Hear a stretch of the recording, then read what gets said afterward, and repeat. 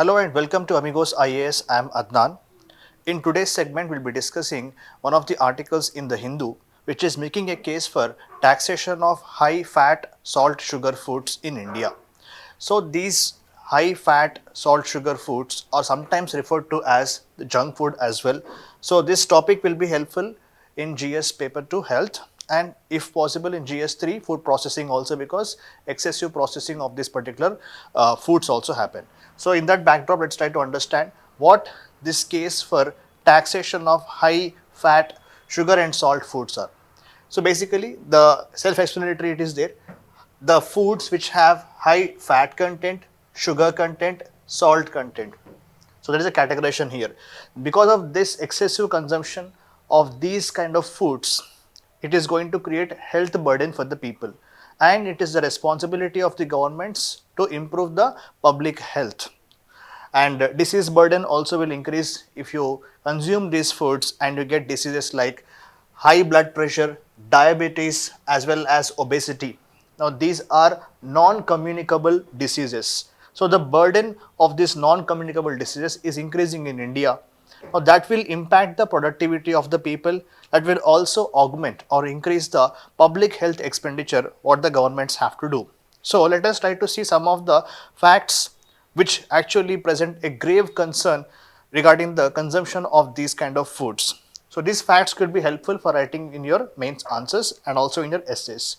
According to World Bank report of 2019, 70% of all overweight and obese people live in low and middle income countries, the poor countries, with a 55% rise in rural areas across the globe, which means that it's not the prevalence of this particular consumption of foods is there in the higher income countries. No, it is actually the poor countries who are facing more burden of consuming these kind of foods. As a result, they are actually getting more and more impact. See here, 55% of rise is there in rural areas also. So it's not something which is related to some urban phenomena or in the rich countries. So the non-communicable diseases burden in India, how much they have increased? 38% in 1990s to 65% in 2019, which is an alarming increase here. The study shows that annually 1.2 million deaths, almost 12 lakh deaths in India happen because of this dietary risks what we are consuming here. Okay. The economic impact also is there. See, overweight and obesity in India economic impact is $23 billion in 2017 and it is going to increase by $480 billion by 2060. That is also a very alarming statistic here.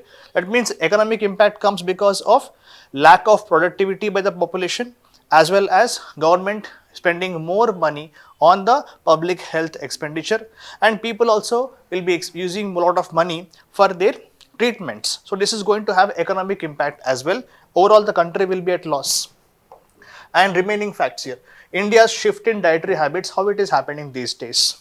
The ultra processed food sector in India witnessed a compounded growth rate of 13.4%. Compounded means we have to take the every year increase. So if we count the total increase of the ultra processed foods industry in India, it is 13.4% growth rate in the last decade, which is very high. As the world's largest producer and consumer of sugar, last year 2022, the country has seen alarming surge in consumption of these kind of foods. How much? About 50 to 60% of edible sugar, salt and fat produced in India is consumed by the food processing industry, who process the food so much and enrich them with lot of fat, sugar content, fat content and salt content. It is maximized to such extent that we find that food tasty and we get addicted to those things. As WHO also warns, like these food almost act like drugs because you cannot come out of it. You want to drink more and more aerated carbonated drinks. You want to have more and more snacks, junks like for example pizzas, burgers, and these ultra processed foods show dangerous impacts on public health. So it's time the government thinks about taxing more and more on those type of drinks and the food.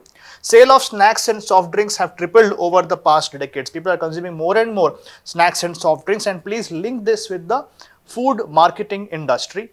There are some regulations on that as well, and we need more regulations on the food marketing aspect as well.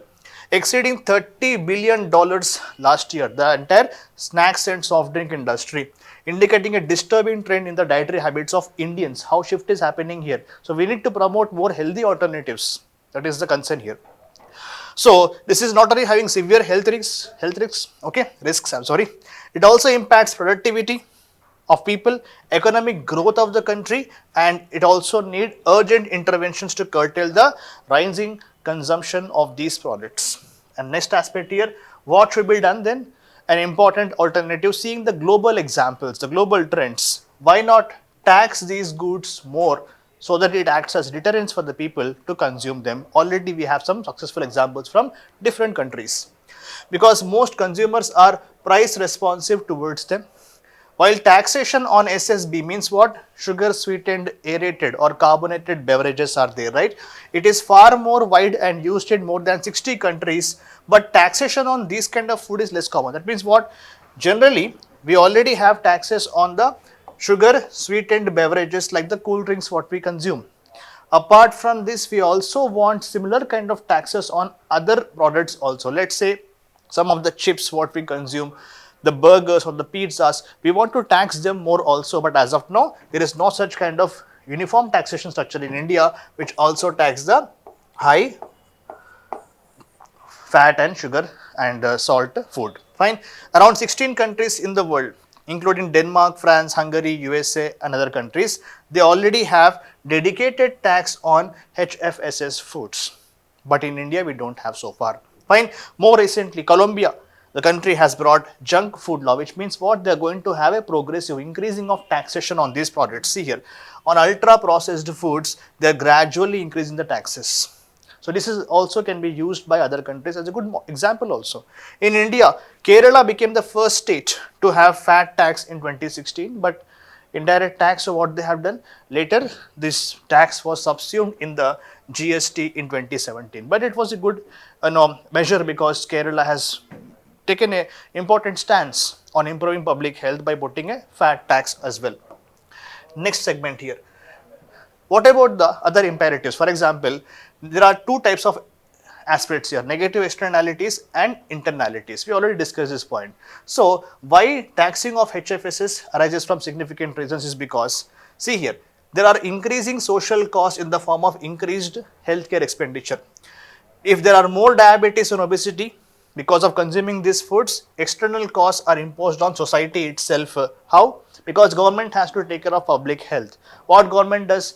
Almost states, central government, they have schemes. For example, Arogyashri, Ayushman Bharat. These schemes are meant to provide some kind of healthcare advantages for the Indian citizens. Now, the budgetary support for these particular schemes have to increase, because more population, more disease burden, and more disease burden, more people getting affected, Government of India has to spend more amount of money. So let's see, Ayushman Bharat Yojana is there. So what is the externality negative here? Which means now it is going to impact the government's budget also. For example, if you see the budgetary allocation in the current year's budget, 7,200 crores rupees have been allocated to the Ayushman Bharat scheme. And it is a 12% increase from the last quarter. That is what we have to understand here. It means more budgetary. Again, how the government will get this money? Not from the sky. It is we the taxpayers. Almost all Indians are taxpayers here. So, the burden is shared by us ultimately. That is why we have to understand this case for putting more tax on these particular foods. Internalities here means what? That means we don't know many times what we are consuming, how much it is dangerous for us. Consumers' limited understanding is there. Influenced by aggressive marketing. As we see our film stars, celebrities, and in every place, the modern day capitalism, as we see, completely bombards us with such aggressive marketing that we are ultimately consuming these kind of products. Fine. It is also going to get harm to ourselves also. So what we can do? Taxes. Taxes are very effective means to curb the detrimental consumption, reducing social burdens also. So implementing such taxes has shown that promise in many countries. Successful examples are there. So if you tax these products more, it is going to also reduce the prevalence of these diseases. What about sin goods? Already the goods harmful to society, tobacco, okay, and cigarette, all these are called as alcohol. They are sin goods. They are already taxed separately. But why not also add similar tax on the HFSS goods is an important case here. So we should not see tax on HFSS as a regressive measure or something which is going to raise for revenues. It's not like just because government wants to increase their revenues, tax these foods. No, it's not like that. We are going to tax them so as to make people look for healthier alternatives, not to just put more taxes where people will anyhow consume. No, in countries like South Africa, they have done the research also that the study has said if you actually put more taxes on these kind of products, it's not like the poor is getting impacted, because now what happens, they will be shifting to other alternatives. They will not consume these kind of products. That is why we don't call this type of tax as a regressive tax. Okay, so it can be both non-regressive and fiscally also neutral, because if you don't eat that, you will go for other healthier alternatives, which is very good. Millets you can have, any other products which are not creating making people go for highly processed food, and also the food which actually promotes or causes diabetes. That is what we have to avoid here. So give incentive for the industry to promote healthier alternatives. Like for example, we are seeing some kind of millet snacks being given in the buses like of our Telangana state as well. So promote some healthier alternatives is actually very good. Instead of making them costlier, tax the HFSS products more. Taxes should be differentiated based on the nutritional quality of the food also, so as to incentivize the product reformulations. For example, it is possible to have GST system with these foods in the highest tax rate. That means if you put more tax on these kind of high salt content, high sugar content products, what happens here? Healthier alternatives you can say either zero or just a bare minimum tax. So now if the HFSS, high fat and sugar content foods become more and more costlier, you will be going for healthier alternatives. That is an important case here. Fine. So the burden of household is almost the same, because you won't aggressively go to consume those costly products. And this will create level playing field, as you can see, making healthier food choices more affordable and more accessible. So put more GST on those foods which are high in sugar, fat and salt contents. And the last point here, GST and the nutritional content. Currently, GST rates are not uniform on all these products in India. For example, let's say in the sugar sweetened beverages, let's say the cool drinks. Not all cool drinks have same kind of sugar content, but in India we are having uniform tax rates. Right now it is 40% of tax is imposed on those beverages. As you can see here, 28% GST, 12% compensation cess is levied on the sugar sweetened beverages uniformly. So here this article is talking about don't tax them uniformly depending on the content of the, let's say, sugar, or here it is sugar, right? So if sugar content is more, have more GST on that particular product. But now in India, regardless of the contents, all of these SSBs, sugar sweetened beverages, are taxed uniformly. What about the other aspect? Fruit juices. That means the cool drinks which have fruit juices in them, okay, they are having 12% flat tax rate, irrespective of their fruit and sugar content. So there is no uniformity here. Sorry, there is no differentiation here. Uniformity is there. Why it is not good? Because it completely negates the high and low the sugar content in those particular juices and the drinks. So salty snacks are taxed at 12% regardless of salt content. If there are some of the packets, whatever chips or any kind of things what we eat, if there is more salt content, why not tax them more? That is the point here. Fine. So these products, okay, they have varying nutritional impact. There is inconsistency in tax rates in India. Okay, we have to make it somewhat different, of course, for the high salt, high sugar contents. So see here, they show limited impact on altering consumption baskets in favor of healthier alternatives. Because of lack of proper taxation rates on these products, people usually consume those things. So we need to make people aware that if you are eating certain, for example, a packet of chips or a packet of any other salty snack, if you feel that this salt content is very, very high on it and it is taxed very highly, you will not consume that particular and you will go for some other alternative. These kind of practices the governments have to take care of. Okay, and the last point here, summary of this particular article is what? The taxation should not be merely seen as economic or fiscal policy concern, but rather it is a public health imperative. It is important for us, it is compulsory for us to treat this as a public health issue. So as you can see, effectively designed taxes can help in multiple ways. How? They will act as deterrent for the consumers consuming the this high fat, sugar, salt content foods.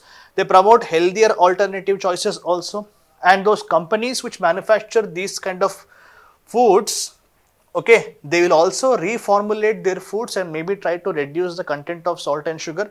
They also improve public health outcomes, because if you tax them, people will not be going for them. Reducing the burden on the healthcare system, because people will become somewhat more healthier if they start consuming this less.